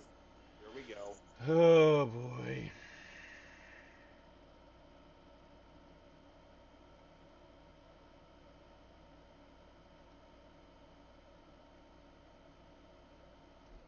When I told Kraken and Rapidash here about his attempt at doing a Digimon Beast crossover, they're like, okay, it sounds fine at first. Following total atomic annihilation, But the more I the described what he would rebuilding have of done this with it, great the nation of more they're ours like, may fall okay, to you. this could That's still why work if we he tries. at Vault-Tec Okay, have I'm starting to prepared lose these faith. educational Okay, materials no. for you to better understand the 7 defining attributes that make you The special. point that reached, okay, no, Our was topic when I today told them is about how he endurance. intended to include Wild Convoy and Big Convoy We in will this all be for faced with many new and basically unfamiliar no reason health other risks, than let Optimus Primal such stay as dead but infection, have somebody resembling Optimus eating. sudden loss of limb, For Ben and 10? above all, harmful radiation. For Fortunately, his your Digimon formidable Beast Wars endurance crossover. has Oh, I turned thought your we were body okay. into a hard-working machine My bad. that can I'll resist basically the tell you, harmful this is the effects of vibe I was getting. radiation When I and started telling them physical about that violence. crossover, Like any machine, like, they're then, like, your body okay, must be well gradually getting worse maintained and worse. to stay in tip-top When I shape. told them about the Ben 10 thing, they immediately While went average to, Joes will survive on old packaged standbys, your ironclad insides will allow you to seek fresh meat. Radiation poisoning may have enlarged your favorite meals. This means more healthful nutrition for you.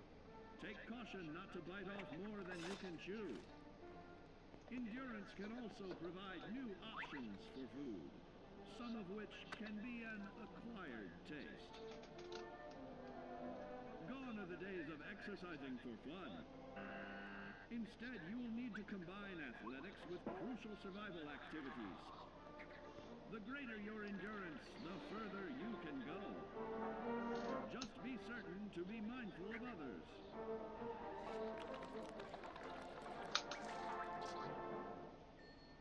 Build your endurance, and soon you will find ways that it improves your life above ground. With added confidence in the swimming pool, stronger, more resilient limbs to the flesh of your fellow man can provide. Regularly study your Vault-Tec provided materials to prepare for survival. And to answer the question, yeah, probably do best you you know skip what over makes her you describing the special? cannibal perk, people. Yeah.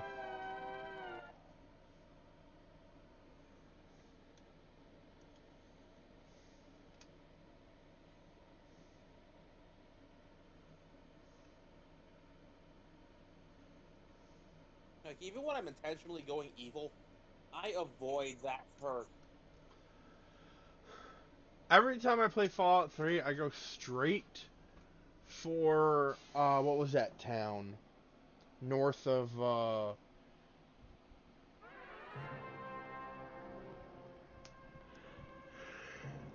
What was it? Like, Megaton? yeah, it was north of Megaton. Following Or total was it atomic south? annihilation, the rebuilding of this great nation of ours Yeah, on the map may it was fall south of to you. Megaton. That's why we at Vault-Tec Andale. have prepared Andale. these Yeah, I educational always go materials straight for there you and just to kill the better parents. understand the 7 defining attributes that make you For context, special. people, Andale is a town of cannibals. And now, charisma. What is it made of? Yep. Unlike the clean, wholesome America you may recall, the wasteland will be a distrustful place, full of unsavory characters and few morals.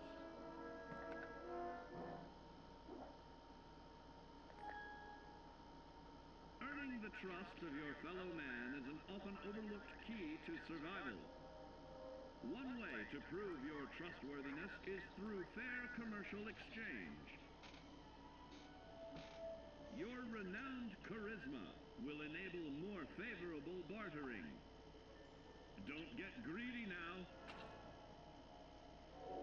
Use your charismatic nature to negotiate your way out of tense moments. Having friends is always of value. How else do I find friends, you may wonder? You may find an impromptu cocktail hour helps to ease social stress. Your charisma will help you avoid the perils of addiction, but not the immediate effects of drink. So practice moderation, or you'll find out who your real friends are the hard way. You will find that even wild animals can be charmed by your charisma. Looks like Finally.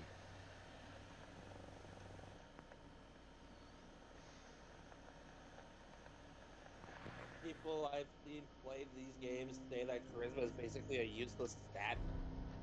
For that I say, screw you. I like talking my way out of situations.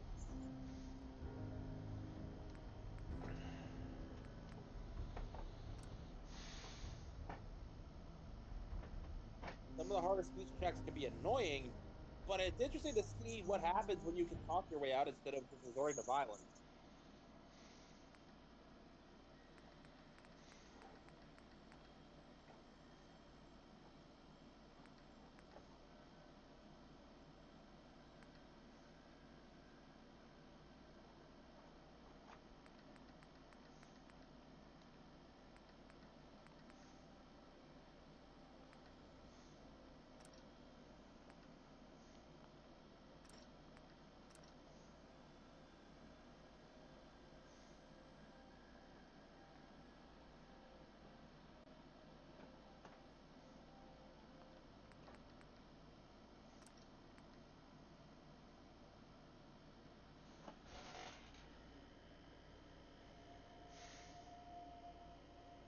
Well, I'm thinking of charisma and just my random ass stories here. Um, I know you said you've been trying to get through the NLP story I've been writing, and through Discord being stupid, it's slow going. Yeah, I am currently at Twilight just came to Horseshoe Bay. Alrighty, that's all I need to know.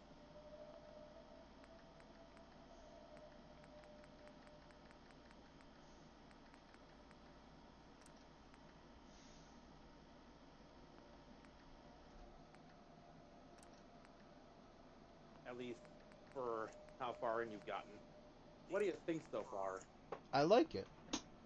The two ponies that traveled to Horseshoe Bay, are they original characters? They're Sammy's OCs. Got it.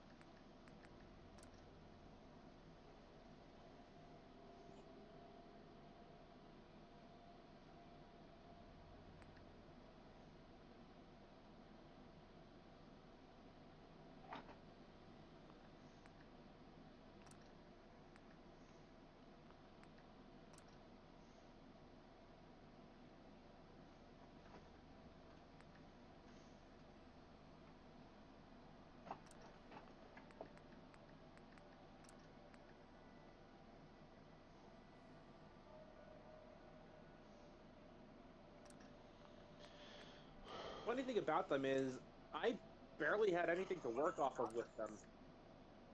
Sammy gave me like descriptions of what they should look like, and what she wanted them to do, and then the rest was just me filling in the blanks.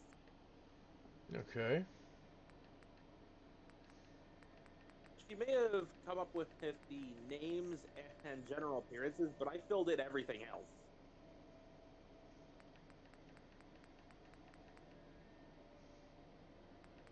And she told me that this was probably better than she could have expected in regard to like the personalities I came up with.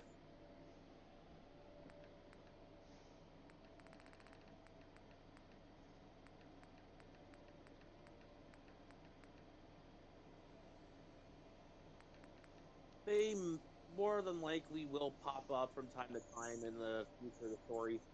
Okay.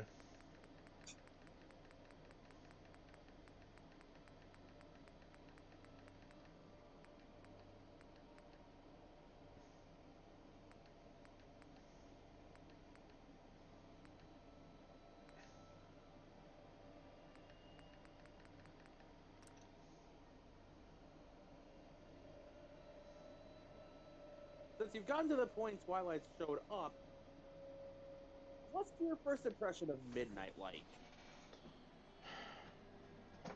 A ball of anxiety.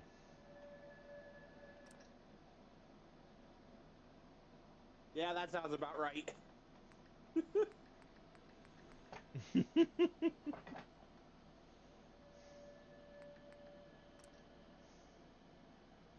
to be one of my default characters. First Meikumon, now Midnight.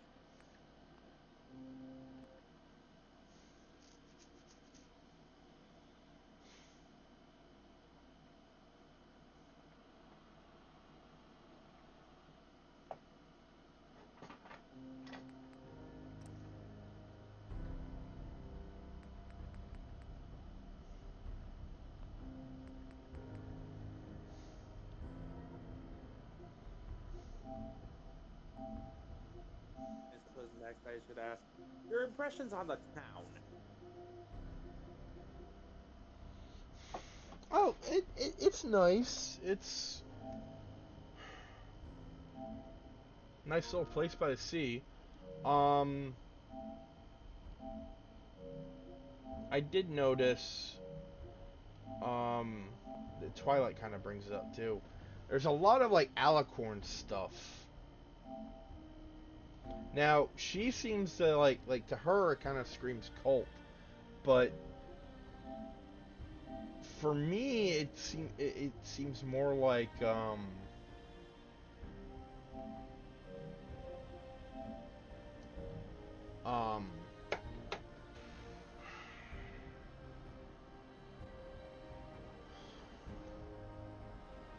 what am I trying to say here? I mean, to be fair, cult and religion are two sides of the same coin.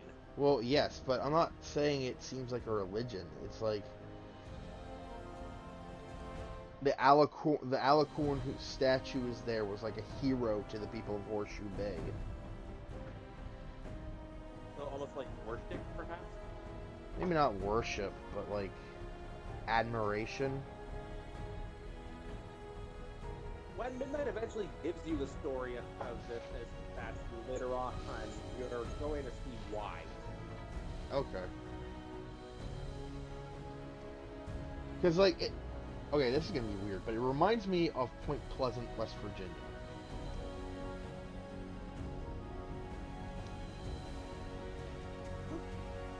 I don't remember if I've ever been there. Point Pleasant, West Virginia is the home of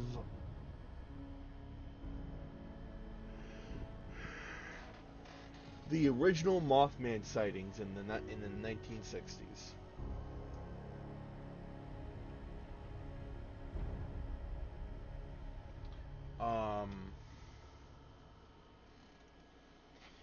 It is a very popular place for people that believe in cryptids.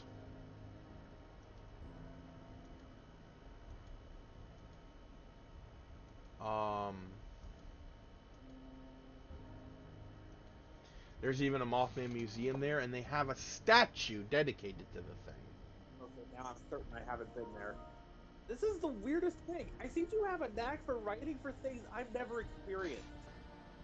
Now, keep in mind, the Mothman was not some kind of hero or anything like that. The Mothman scared the shit out of everyone in the 60s. And then when the Silver Bridge disaster that happened,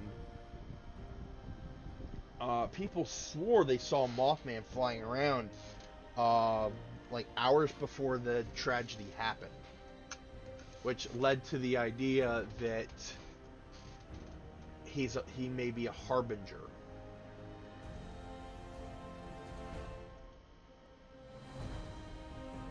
But regardless, they made a statue of him. And he has his own museum.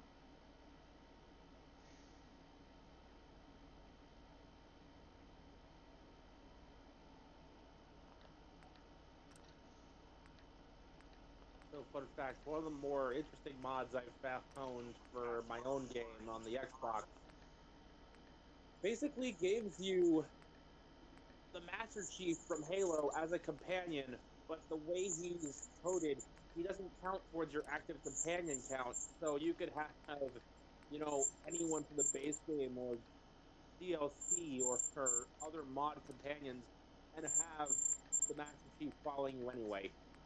Nice. You have options between the Halo Reach Mark V armor, the Gen 1 Mark 6, Gen 2 Mark 6, and Gen 3 Mark 6, Halo 2 and 3, Halo 4 and 5, and Halo Infinite, respectively. I just choose to stick with the Mark V armor because, god damn it, that armor set is beautiful and I want someone to acknowledge it.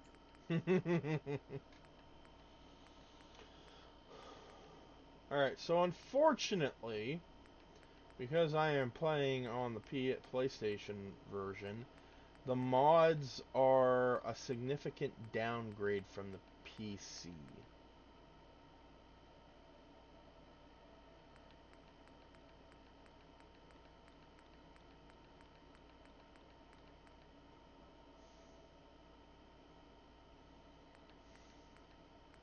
Which is unfortunate.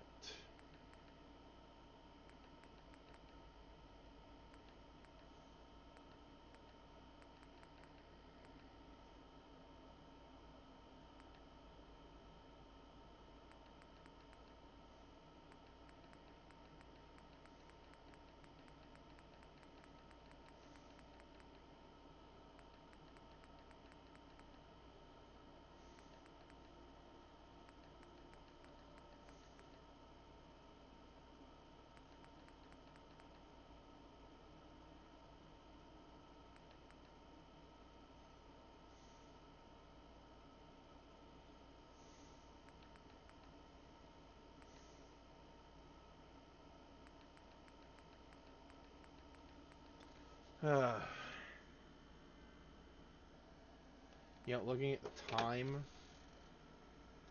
I may just call this stream as... I might just call it a wash and try again tomorrow. Yeah, sounds about right. because these technical difficulties have been a bitch. Alright, well, I'm sorry, people. I really am. I'll be back tomorrow with something. It might be Fallout, it might not be. It might be something. Who knows? But there will be something, and hopefully it'll be entertaining. And it won't just be us sitting around doing nothing while trying to figure out why the why the square peg won't go in the round hole.